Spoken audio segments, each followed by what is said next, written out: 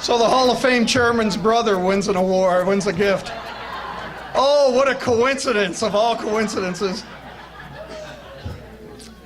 By the way, I couldn't help but notice that there weren't too many members of the Booster Club here tonight. As a matter of fact, Adrian was the only one that stood up, and she had to be here this evening. So there you go. Alrighty. Now we go to our presentation of awards and presenters. And already, this first person that's going in tonight has become my favorite award winner this evening. Because I went out to interview Darcy before dinner, like I did all the other honorees this evening. And Darcy turned to me and with a straight face said, "Mel, you haven't aged." Darcy, may I give these to you as a gift? That's right, I got to fight Mark over them. Well, this is nice, and I know your father, so this makes it even more special. Congratulations, Darcy Norfolk is the award winner, and to induct her is her husband, Matt. Matt, come on up.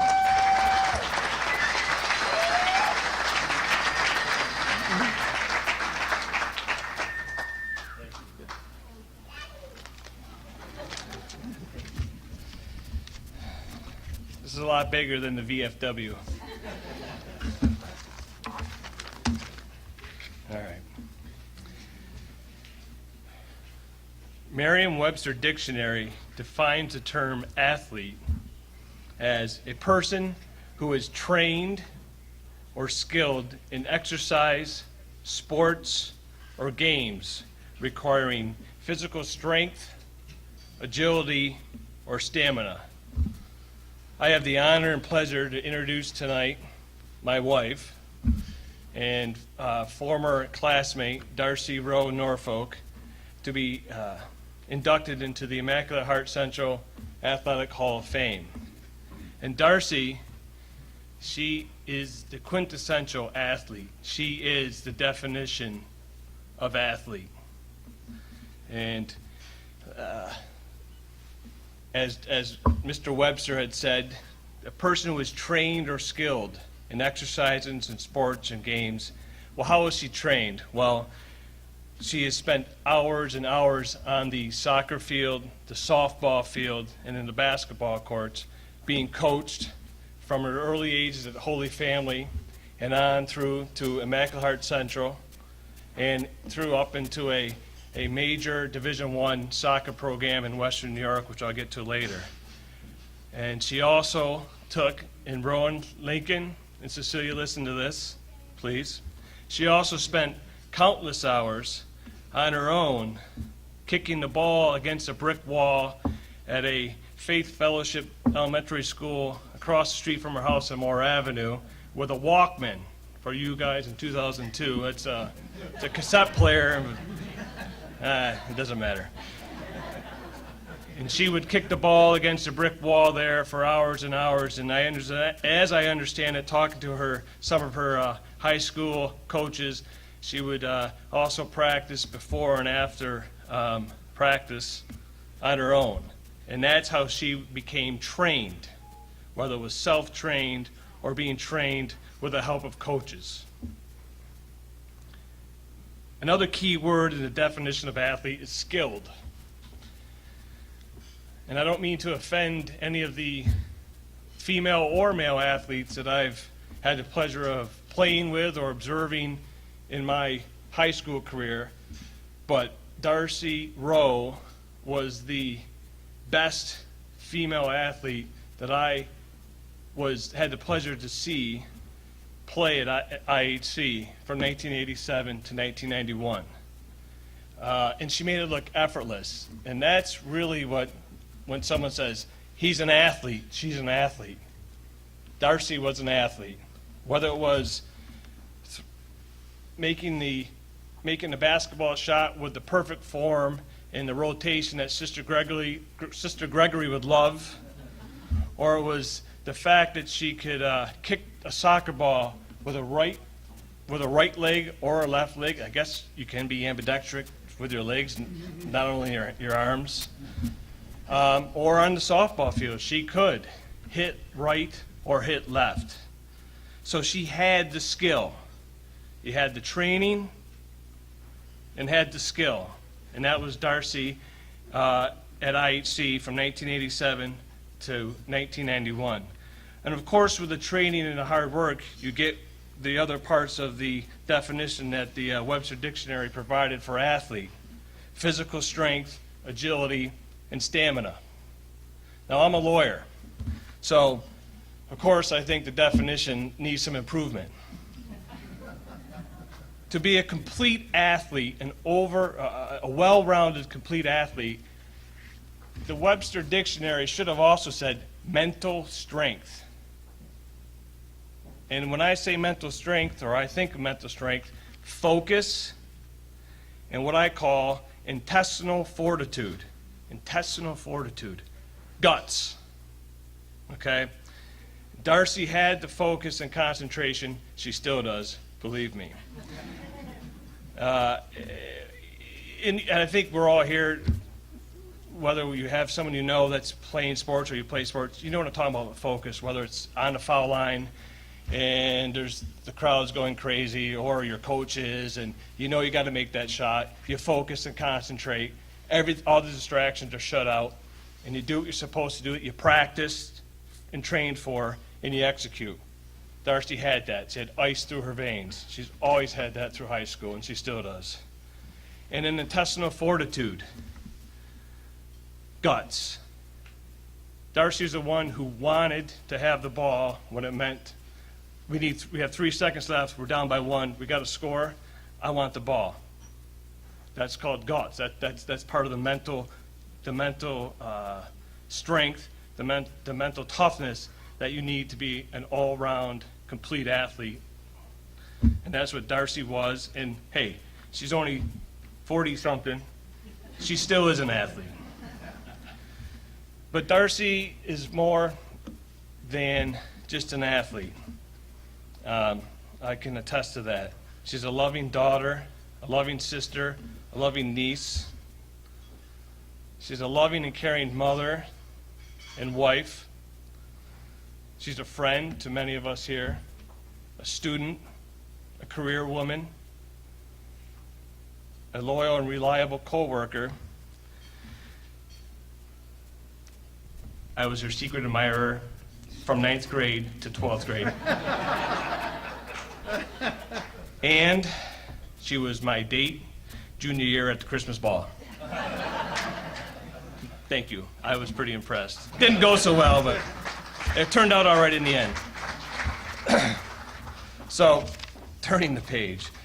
What I'd like to do is, how much time I have left, Mr. Altieri, the ref, if you got to throw a flag or blow the whistle, let me know.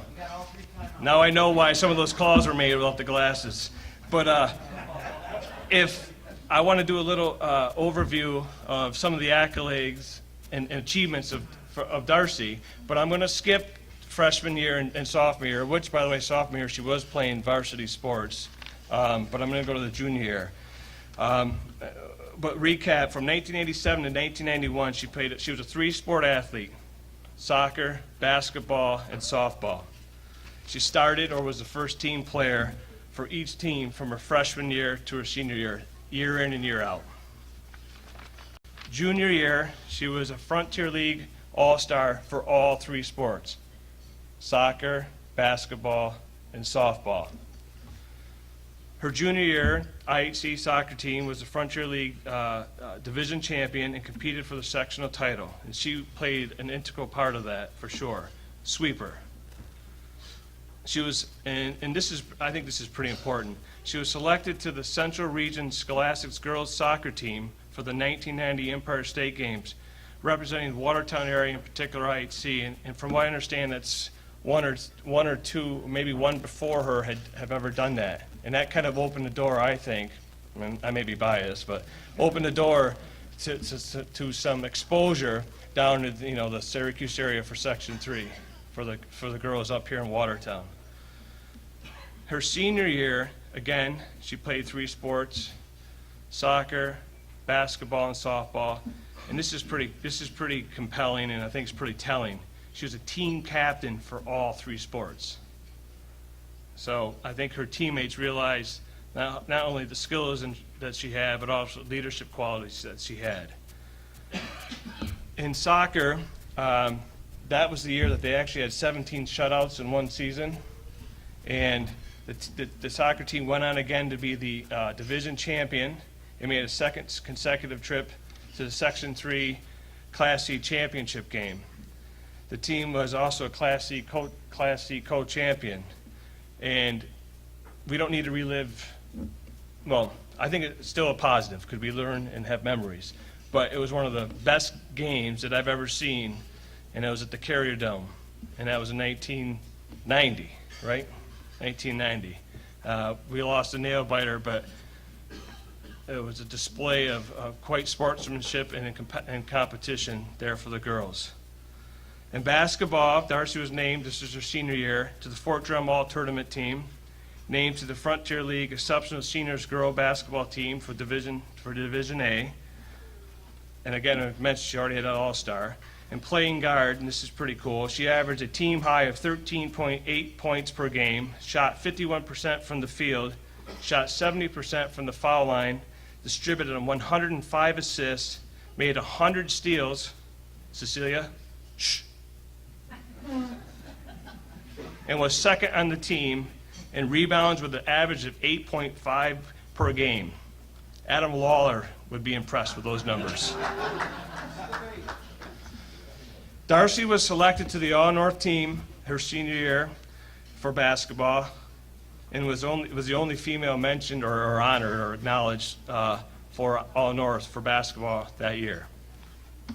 Upon her graduation, Darcy was the recipient, also with Graham Wise, who's in the room, for the Boots Gaffney Award, which is, as you all know, is a great accomplishment and great acknowledgement and recognition. She also received the Army Student Athlete Award and selected to play again but this time in the open division for the Central Region soccer team for the Empire State Games. Although she received basketball scholarships, she chose to play Division I soccer at Canisius College. And she graduated in 1995 from there with a bachelor's degree in marketing.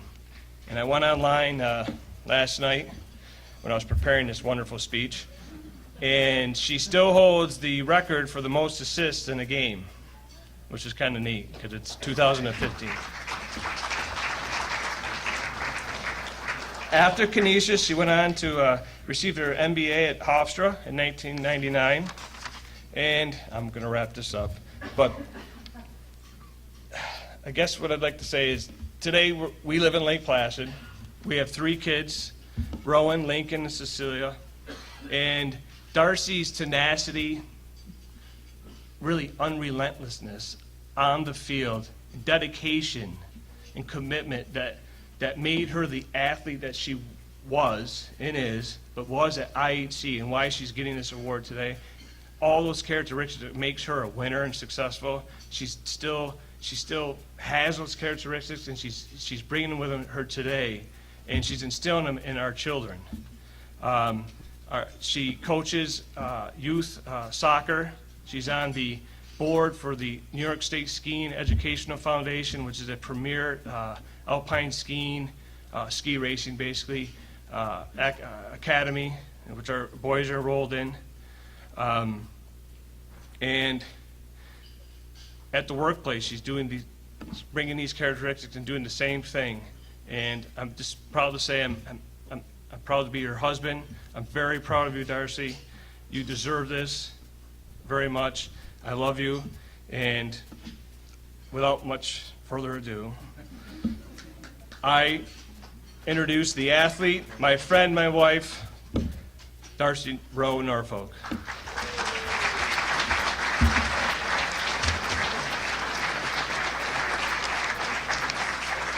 She's coming after that.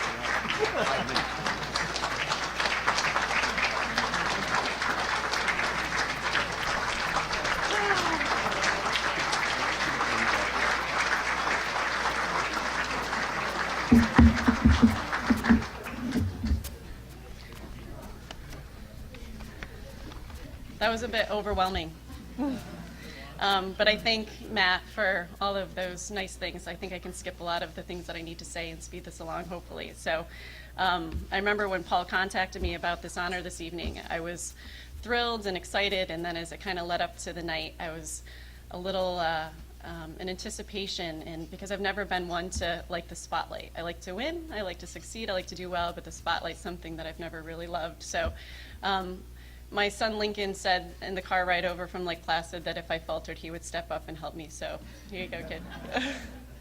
So I just have a number of people to thank. Thank you, Matt, for that incredible introduction. So I wasn't sure what to expect when I asked him to do this, and some people had some fear he was going to roast me, but that was pretty nice. Thanks.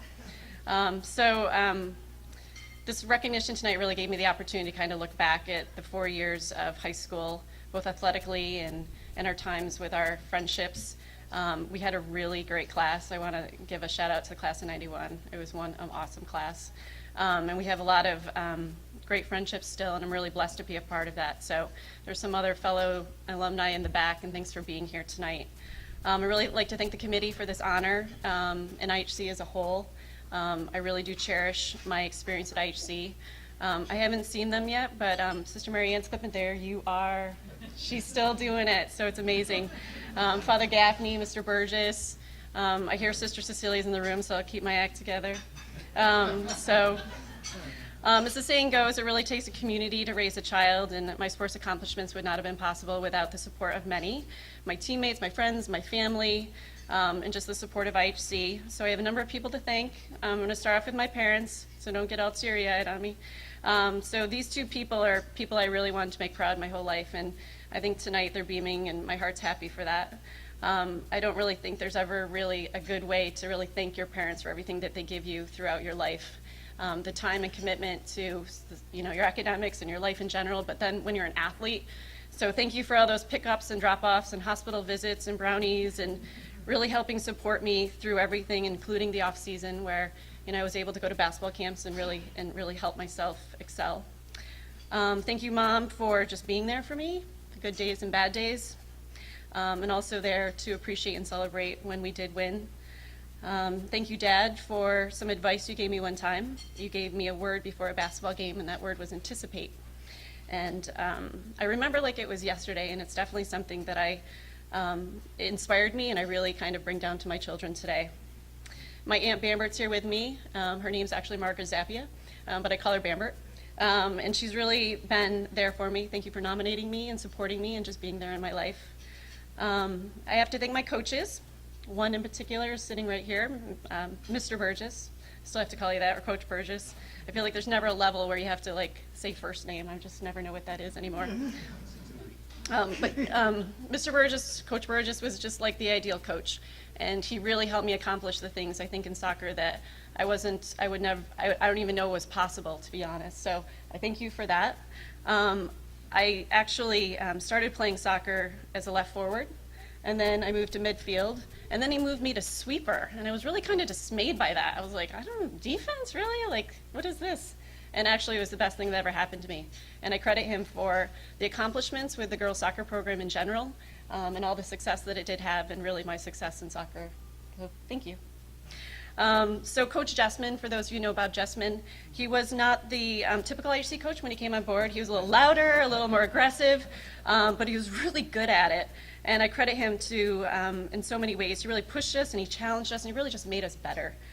Sister Gregory, on the basketball court and in the classroom, she really kept us on our toes. And she taught us to be tough, and I really thank her for that. And Coach Grappett, who's no longer with us, she was no nonsense, and she really knew the game, and I appreciated her support as well. So I had a lot of other fans, my grandparents, they clipped everything from the newspapers, and I miss them all. I thank you, my mother and father-in-law, for joining me here this evening, and my sister, who was kind of my playmate and always there for me. And the greatest part of tonight is having my children, as Matt mentioned. There are 3 of them seeing, a part of my life that, they now know, and hopefully they're better for it. Matt kept talking to Rowan as he was talking to hopefully instill some of those things. And sports today are so very different, I think, than when we were in high school. I actually started soccer when I was in 8th grade and basketball in 5th grade. And those were kind of the options. And, you know, my mom actually didn't even have sports. She had cheerleading. And so, and today kids have options at, you know, 2 and 3 years old to start playing. And I think that's a great thing. And of course, things that our kids are doing. But to what Matt was saying, you know, the organized programs were not really there as much when we were growing up, and the biggest thing was really taking responsibility for oneself, and I did do that. I used those brick walls at Faith Fellowship, and I really got out there. I played basketball in the back alley with my sister, and I think those are really important. So, in closing, I thought I would just highlight a couple of things that I reflected on that I think really helped shape my career. One, I was actually talking to Coach Burgess earlier, but so I keep losing track of the years, it's been 25 years. In 1990, the girls soccer team, we had a 13-game shutout streak, which was great. It was a good accomplishment. And then on one rainy day, down at the lower field, we were playing against Thousand Islands, and I was playing sweeper, and I had kind of this, we called it death defense. I had Leslie Spaziani, I had Jill Bruce, I had Kristen Clyber KK in goal, and we had this great record going. And then Thousand Islands, which wasn't as competitive, but they scored on us, and we tied the game 1-1. And I won't forget, and we were just talking about this earlier, the Watertown Daily Times quoted in the paper, "So much for perfection, shutout streak gone, perfect record gone. Immaculate Heart Central lost everything Friday except the game." So, but we tied 1-1. So, but it was the fact that our shutout streak kind of came to an end. So, and actually I have a quote that Coach Burgess said on that day, which was extremely meaningful. "It had to happen sometime. Whose team outshot the Vikings 34-8. Sometimes you need to lose or tie. Sometimes it's good for you. I'd rather learn a lesson on a tie than a loss, though." So we ended up finishing the season with 17 shutouts that year, and we made a consecutive trip to the Dome, ending as a Class C co-champion. So, and to add, I think everyone in their life has kind of a teammate that they play a lot with, and Jill Bruce was one of those for me. We played together since 5th grade. We were competitive with each other, but we were also teammates, and I think we really bettered each other. And I think that has a bit to do with my success as well. And I think sports in general, you know, it's competitive, but it really needs to be fun. And I had some teammates that, Michelle Taylor in particular, who even texting me last night was reminding me how she didn't make the JV softball team because she slid into first base and she didn't know she was supposed to do that, so she didn't make the team. And so she would drink eggs before practice because she thought that would be energy. And so there's just all these things that really made kind of all of that like fun at the same time. So I have my Pete Carroll moment, the one game I wish I could play over, and Matt kind of touched on it, but there was this Class C, our Section 3 Class C championship at the Carrier Dome, and I was kind of Coach Burgess's go-to person for penalty kicks, and I really don't think I missed any all year. And so we tied, and we went into overtime, and came down to penalty shots, and the 5 kickers were all set, and it came down to 2-2. I was the 5th kicker. And so I went up, remind you, I have not missed a shot all year, and I hit the crossbar, and the ball bounced away. And Marcellus got up, and they made their goal. And they went on to states. So that was one moment that I wish I could really redo. So, and I will credit to, you know, my biggest moment, getting selected to the Central Region soccer team for Empire State Games. I really think it did draw awareness of IHC. You know, West Jenny, Liverpool, they were like the big elite names, and we kind of put ourselves in there. But it also gave me exposure to talent, and it gave me the confidence to kind of move on and go to play Division I soccer, which I appreciated. So with that said, thank you to the committee again. Thank you for everyone who nominated me. Thank you to all the other inductees. And thank you for everyone for being here.